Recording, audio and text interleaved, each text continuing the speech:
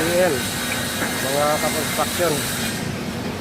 Bali ito yung nakaraang araw na in-upload ko na circular column spiral ay ayon ngayon ay tapos ka.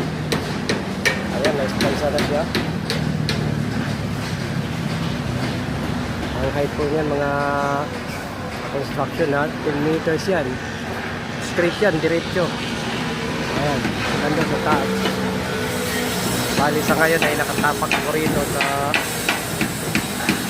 elevated na scaffold na sa explore ako. Ayan. Hindi pa siya nabubuhutan.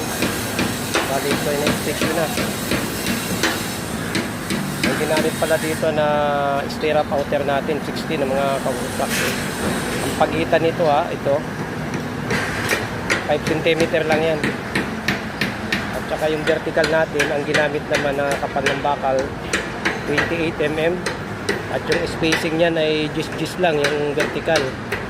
Kaya may pansin nyo kung ano, medyo malapit dahil nga sa napakadami ng bakal.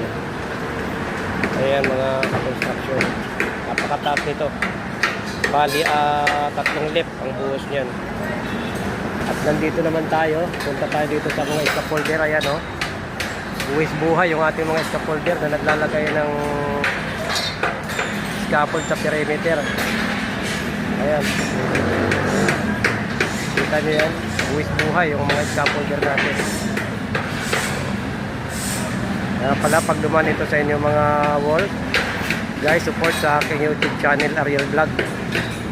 Maraming salamat at magandang hapon ulit. God bless sa ating lahat.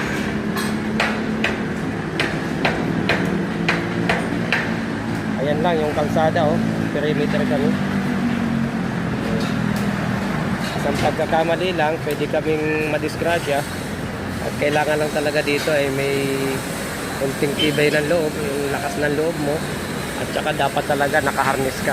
Ayan, tingnan nyo naman yung sitwasyon nila. Ayan, yung cantilever, nagagawa sila dyan. Kasi may biga yan sa perimeter. Biga sa cantilever. Ayan. Okay guys, hanggang dito na lamang. Bye bye. Support guys sa aking YouTube channel at sa aking Facebook page, Kabakal Vlog. Bye bye.